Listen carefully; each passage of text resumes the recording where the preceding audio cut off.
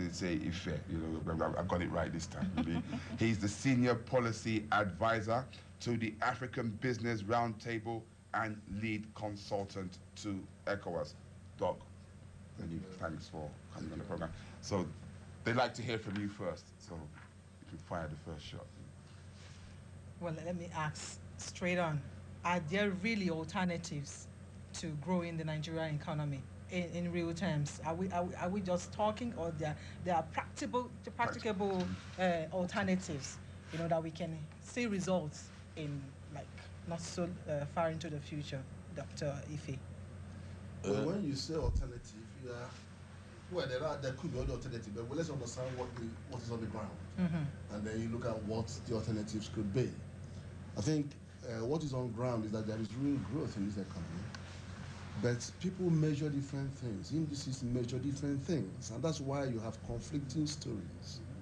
You have the assessment of 7.2% growth in the economy, and it's moved from 6.4 to 6.9 to 6.0. And I actually predicted 10% growth 2 years ago when I was with the President Jonathan in Helsinki.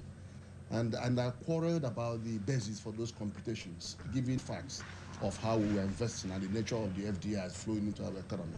The B is that it is 7.2% has been mooted. But you understand the construct behind these figures, the fact that we have peace dividend, that the oil has almost doubled in production from the time of the crisis to now, and that with the strong contribution from the non-export oil sector. And then you also have microeconomies like telecom, delivering triple-digit economic growth over the last 9 years, non-stop. And you have double digits in the banking sector, despite the difficulties we had in the banking sector. So there are other areas, there are sectors that are performing well. And there are, when you come to alternative, where we could deliver more growth. For example, trade. Trade has not made any contribution, as far as I'm concerned. And when we switch on trade, through trade facilitation, we will have triple-digit, we will have huge growth in this economy when we get trade mainstreamed in the economy. Various development policies. But coming back to your question, there are issues that are making it difficult for you to see the ramifications of this growth on the ground. Why is it not affecting the other indicators like the MDG indicators, and you can see it, you can feel it? That doesn't mean that it doesn't exist. So there are things that we could look at, for example, the quality of those growth. How is it manifesting itself in employment, in greater employment? And how is it increasing supply of food, tackling food security issues? So then we can say yes.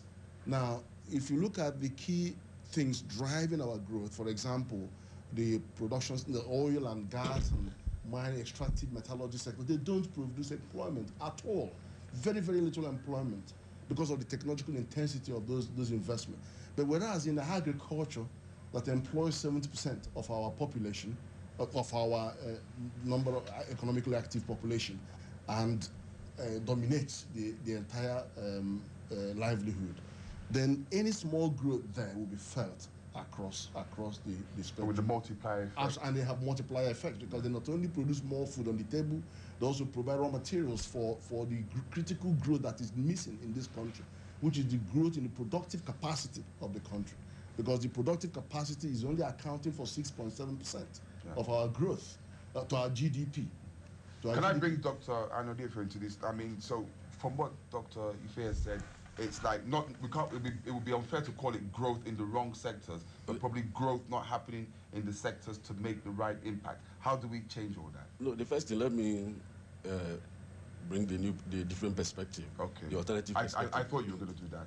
Number one is that I think the economists have run into the problem of the difficulty of, or rather confusing economy with economics. That has been the major problem. There are growth in the economics, but not the economy. Nigeria, in the first place, is a trading outpost. We don't have a productive economy.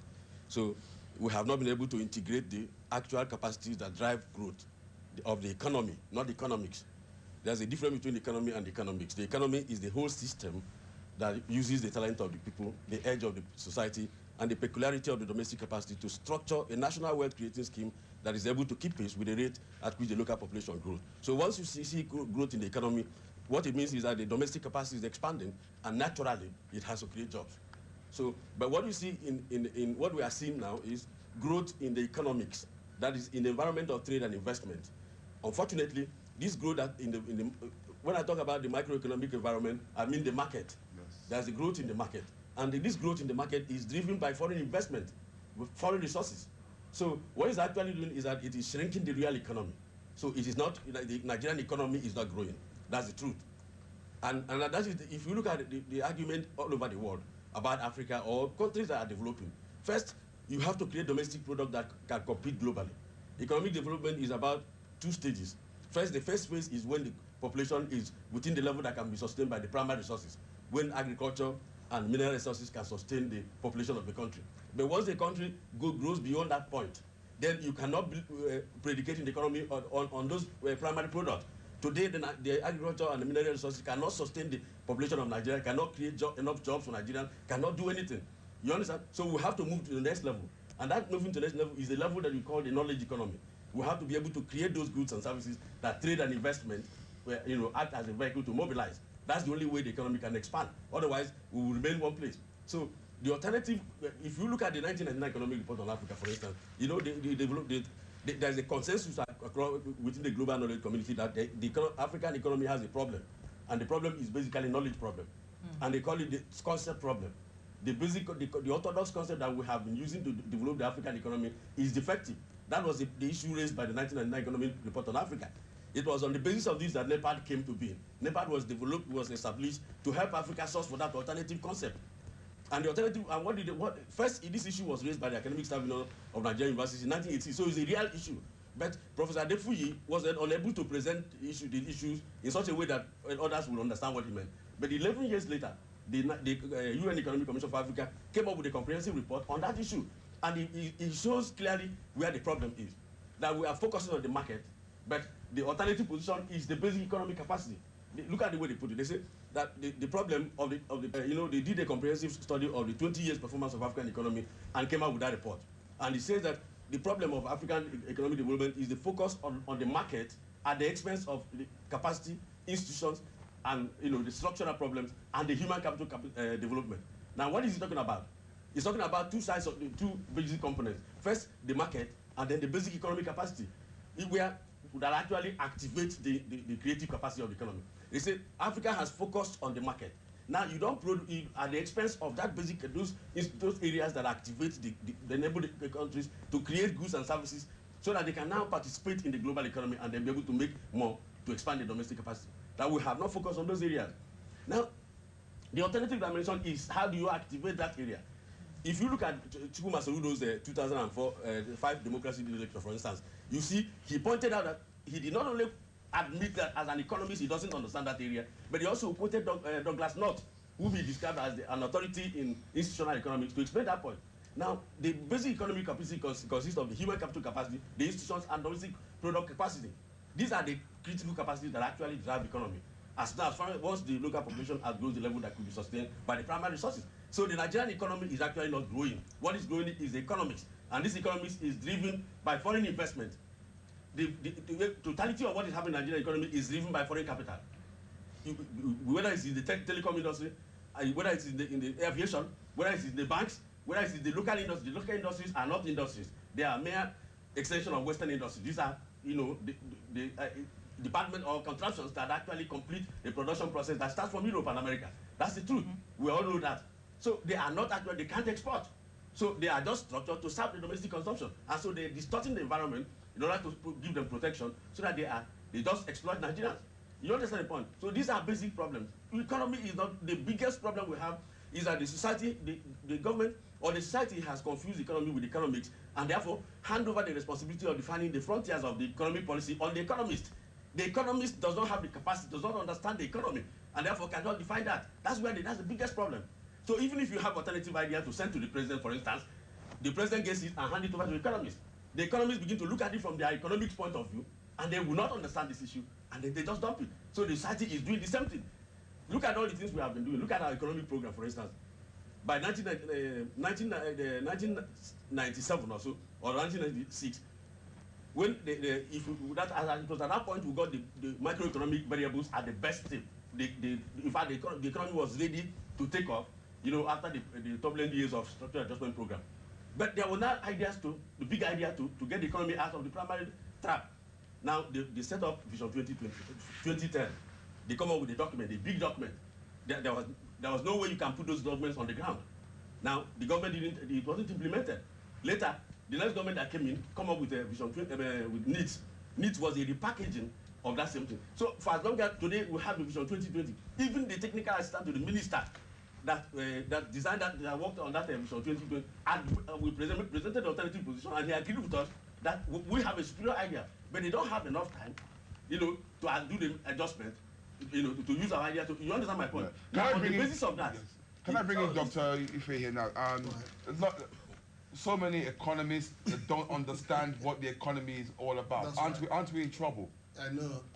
I think we're on an interview platform. Yeah. We need to educate the public. Yeah. And I wouldn't want to get far too technical on this discussion. Yeah. In order to confuse the public. Yeah. Let me try and deal with my colleagues, my learned colleagues' approach.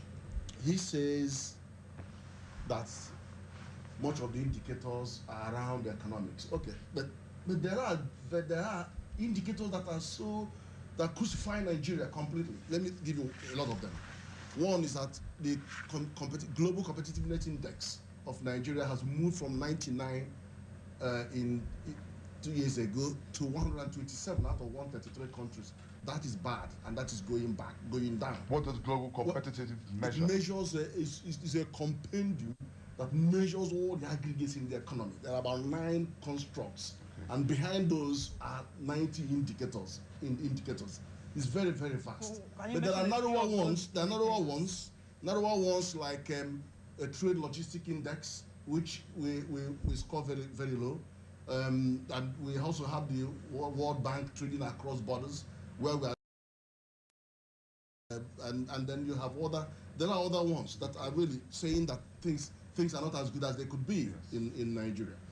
But the FDIs that come into this country, which he says fuel the market-based perspective, the FDI, Nigerian diaspora, we bring in $10 billion every year.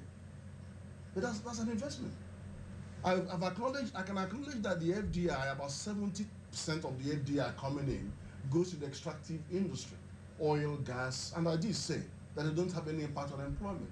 So you can understand that's a positive view. Yes.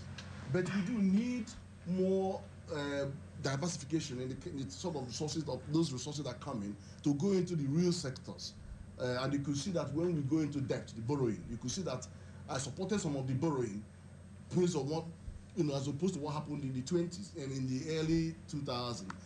Because of the structure of that particular borrowing, about 23 billion going to China for petrochemical industries, 3 refineries and 1 petrochemical, and then you see the ones going to mining directly from them, and then you see the 2.2 billion from African Development Bank. So I can see some of those going into the real sectors, and you can see some of the monies coming in from central bank. They're all going to the real sectors where we would hope that they would have an impact on unemployment.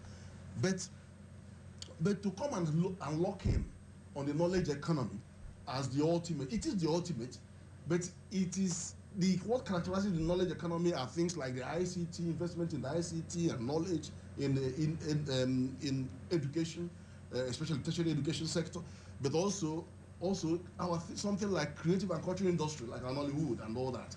They are beneficiaries of high technologies now that you could aggregate all of them in the knowledge economy sector. Yes, they can make an impact, but the area that is really critical, which is the bridge between where we are on the market and where we want to be on the knowledge economy, is really the productive sector, investment in the productive sector. And I did say to you, when you compare Nigeria and Indonesia, in 1969, we were at par in all indicators, but now they're like 4 times our GDP. But when you and say broadly, the same kind of indicators, economic indicators, but when you disaggregate the figures and look at the components of that, their GDP, you find that the productive capacity is contributing about 40% compared to Nigeria, that is about 6.7%. So there is a clear case that we really need to invest more on our productive capacity. What's holding back the investment? Now let me give you an example. If agriculture, our food, our exports, besides oil and gas, are mainly export of primary produce. and commodity-based. By primary produce, you mean raw materials? Raw materials, yeah. And those primary things without value addition means that we are totally at the mercy of the international market. And it is so manipulative, and I've been on this international market for 30 years, and I can tell you that if your economy is based on supplying commodities to the international market, you are at the lowest rung of the ladder, because they can tear your contract apart any day. They can tell you that sorry, we've got some supplies from Costa Rica and Peru, and their prices are half your price, and your goods are dumped on the international market. But when you have progressive value addition, then you are actually presenting more options. You are now increasing the value. You look at the entire value chain. It's no longer primary fresh produce, but also processed fresh produce. And then you have manufactured goods, and then you can them, you dry them, you flash dry, so you increase the longevity of the produce, and then you have more time to spend on traveling from one continent to another without perishing. You have more options. Yeah, more options, and probably even greater control too. Then in terms of a policy of export substitution, import substitution, then it makes sense, because you've got the value addition to substitute for the import coming in. So you've got to have, and it's all about investment in the productive capacity. Now we need those. Even in the mineral, as you are mining and you are shipping it away, you're going to add value. If you add value, then you got a better position. You get better price. You create the job in your own economy. If you're actually doing value addition, you create your own job there rather than send raw material for them to create and sustain their own. Dr. Ano, if these things are so desirable, then why have we not addressed them? Because the economists who are controlling the policy process doesn't understand it. It's as simple as that. In 2004, IMF declared Nigeria a resource cost nation. What it means is that the competitive capacity of Nigerian economy or problem of Nigerian economy has assumed a crisis dimension. Between that time and now, there's no economic programming that the economists design that addresses the issue of competition, because they don't understand it. You can understand the competitive problem. When you say they, the economists, you're one of them. Yes, I'm one of them, but I have broken away from them because I have spent the time, I have given my time to look at exactly why are we not making progress in spite of all the resources. Okay. So I have spent 20 years in this. I understand. So you've decamped. Yes, I understand where the problem is. You understand? Right. So the issue is, number one, the economists, that's the biggest problem. Once we come to create, that's the whole talk about the institution. The institution is about creating an alternative framework, alternative policy structure that will allow ideas to compete so that the society can get the best of ideas that can get the economy out of the trap. And then when you get that alternative idea, then it must be complete. It's not just about an idea that will show. First, it must show how you can create domestic product. It must show how the competitive issue has to be addressed. It has to show the policy dimension. So it is a comprehensive new set of ideas that has to move the economy away from, get what the economists call jumpstart the economy. The economy is trapped. So we need something that will push it out of the trap. That's what we want to find out in this program. Exactly how can we jumpstart the Nigerian economy? It's very simple. What the government can do for now, create a window for alternative ideas. If you have a better idea that can jumpstart the economy, come forward with it. And get a team, not the economists that are advising the president, but a team of other economists, or combination of economists and other people, because economy is not a field of specialty. Economy is a system that combines everything that is society. So economics is just a narrow part of it, just like medicine, just like education, that kind of that's the law. So you get in people from different backgrounds, set up a committee, small committee, let them meet once in a month or twice in a month. If you have an alternative idea that can advance the economy, bring it forward. If you look at what's happening in America now, for instance, you can see that Obama is calling Americans. If you have the big idea, please come forward with it. Are you aware of that? Even the Republican congressmen, they are calling for America. Say, look, because the idea is economy development is a design of God to sustain human beings on the planet Earth when the local population outgrows the level that can be sustained by the primary resources. So every country has a right, has the capacity to develop the economy. All you just need is to understand the rule. The first element of the rule is that once the population outgrows that level, you need a big idea to move up to the next level. So from the idea, what other? That's just all you need. Once you get the idea, now you understand how the entire system can now work in a coordinated manner to advance the economy. Then that idea will now form the foundation of an economy research institution, which will now take over the responsibility of making policy options from which governments can make informed policy choices that work. And that will separate policy making from implementation. If you do this, 60% of Nigerian corruption crisis will disappear. I want to come back to you on that, but first of all, you want to say something, yes? Right.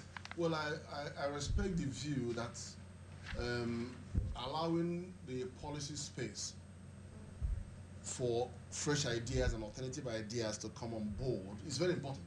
But it's a necessary but not a sufficient condition. Because beyond the realm of ideas are quality of leadership. And we consistently go down in this country because of the quality of leadership, poor quality of leadership. But also, we've got to translate those ideas into deliverable strategies. It's not how they look, but how they translate into the practical realities that we are now going to deliver this. And then when you now get into the third stage of actually delivering them, who is monitoring these things? And you got programs in the country, lovely programs, well thought out, but the delivery is totally upside down. Nobody monitors what is said is on the paper. The budgets are never implemented to this. And then when you now get into the third stage of actually delivering them, who is monitoring these things? And you got programs in the country, lovely programs, well thought out, but the delivery is totally upside down. Nobody monitors what is said is on the paper. The budgets are never implemented to the letter, and no people who stop commenting on budgets anymore because what they on paper doesn't reach what it doesn't, they don't stack up at all. And then you see all the programs, you see the timelines, you see the milestones. Nobody measures those. Nobody comes back after 6 months to say, stop, we are going off track. Nobody does that. That's why that's why people are talking about these issues. That's what they want. Putting money here, and you don't monitor it. You have, it's unbelievable. I've never seen a country that is run like this. No. There's so much money that's pumping into Nigeria. So it may not necessarily be that the ideas are lacking. According to what Dr. Ife says, they've always been there. There's always been plans. Let me finish. There's always been plans and things put in place, but they've never really been implemented properly and monitored. I mean, fine, you could go off track. We've heard of countries where they've set up things and maybe various variables have made these things not realizable, and you should have people on track to say, okay, if we can't go this way, let's try something else. What Dr. Ife is saying, that such things don't exist, and they're just allowed to run. No, the ideas does not exist.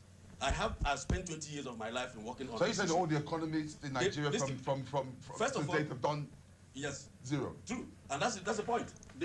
We have gotten to the end of the first phase of our development. So we need a big idea to get us out of this point. We need to create product. We have gotten very close to that point. But the critical idea that will make the difference, by 1998, 1999, when the democracy came into Nigeria, for instance, let me give you just one instance. We have the federal government commissioned Oxford University and UNIDO to do a study and find out where the industries where Nigeria has competitive advantage from, where we can take off and start the export-oriented industrialization. They did a job and identified 3 sectors. One of them is the garment sector, the least, something you can consider as nothing. But this garment sector, that was why AGUA was established. Yeah. The global value of this garment sector is in excess of $360 billion. It is controlled by China, Thailand, India, Bangladesh, and maybe Lesotho, and all these countries. Now, we have the cheapest labor in the informal sector of all the countries that are competing in this level. Today, the cost of labor in China, because of a lot of has increased. Yeah. Now, we have clear opportunity to break into that sector.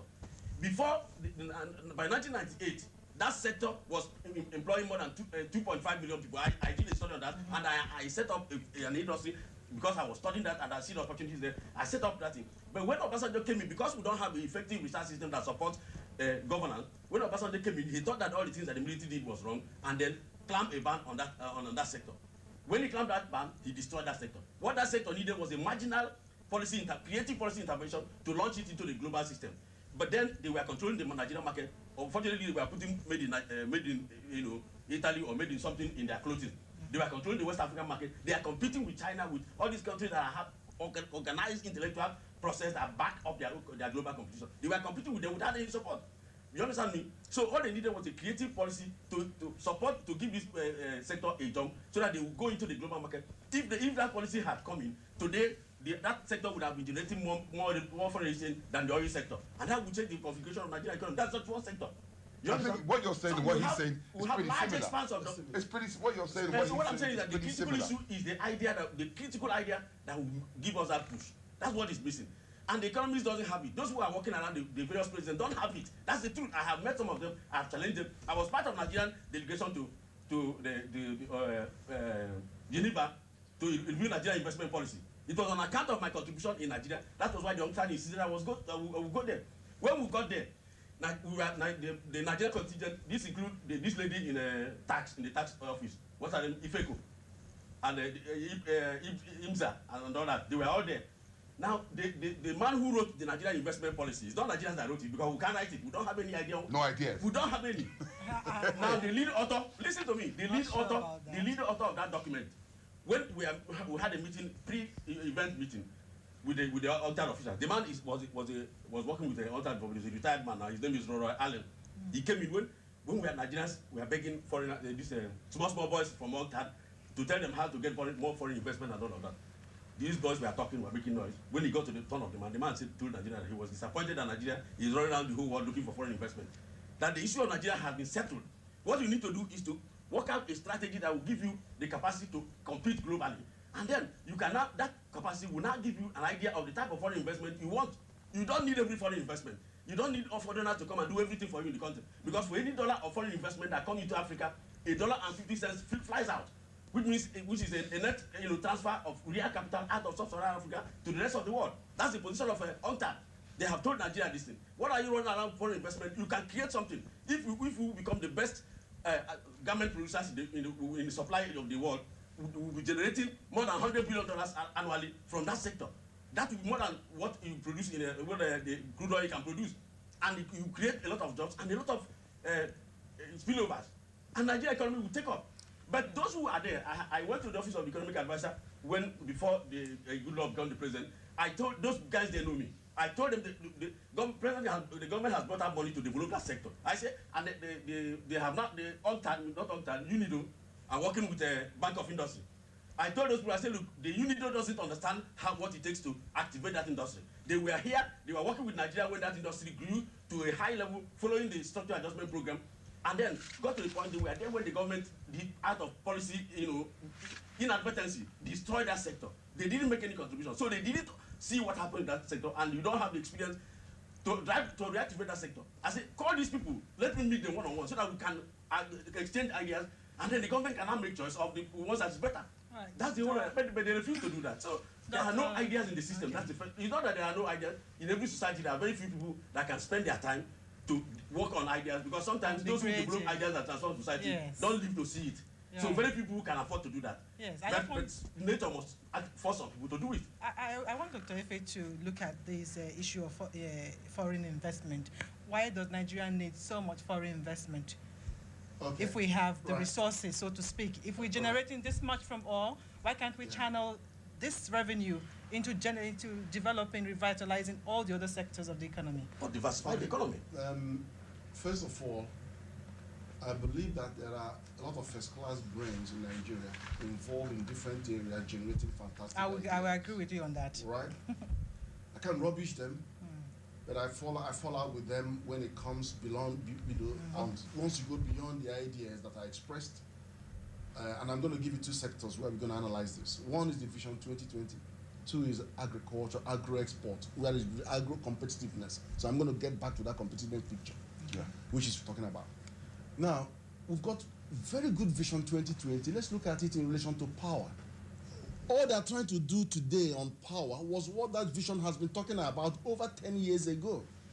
It's just that the officers were not comfortable about tackling the fact that the government's influence in the power sector is overbearing. We said, get out of the power production, get out of power distribution, stay in power distribution, but so stay in power transmission, but pass it on to a private sector and regulate. That's the recommendation, and it's been there. People haven't had the political will to seriously say, let's go and implement this. And so we just kept on going round and round in a circle and destroying the industrial capacity of this country. Let's look at the growth index in Nigeria. It's minus 1.8. Everything is jumping up. That is going down. And you can't have growth in productive capacity when there is no power. But that core thing is a refusal to deal and face squarely with a good plan to deliver what the vision has been saying. All the players that were involved in this recommendation long time, I've been with them. And they're all my friends. Bamanga Tuku is in there, Prof Bartolome Naju are all in there. I know what they have sent in, what they have been asking for. And it's only now that we're having the political will to deliver those. You understand? And I told the president my view on this anyway, which was exactly what they do. I don't agree now, with you. The point is, power. Let's allow him to finish. What I'm trying to say is that they now have to move down below the vision to see whether they're actually delivering those, and the strategy being employed and how to be actually. And we're going to still monitor these guys intensively. And even when you go out in the field, you see private sector that have built gas generation plants, but they're not allowing gas to go into those plants. And you see $600 million wasting. You see a consortium of industries in Lagos contributing money to build a firm, and they're not allowing the gas and supplying them. Because the states, when they're involved in this investment, in those Niger Delta states, if they're involved in this investment, they're better placed to fight the militants, to stop, So we want mixed actors in this game. Now let's come to productive capacity and competitiveness as it relates to export promotion. We know we have all the structures in the export. There are about 23 MDAs, and I support those. I'm working with all the 23 MDAs in a task force called Trade Facilitation Task Force. Everything that we need to have in the export sector to get us back into position is there.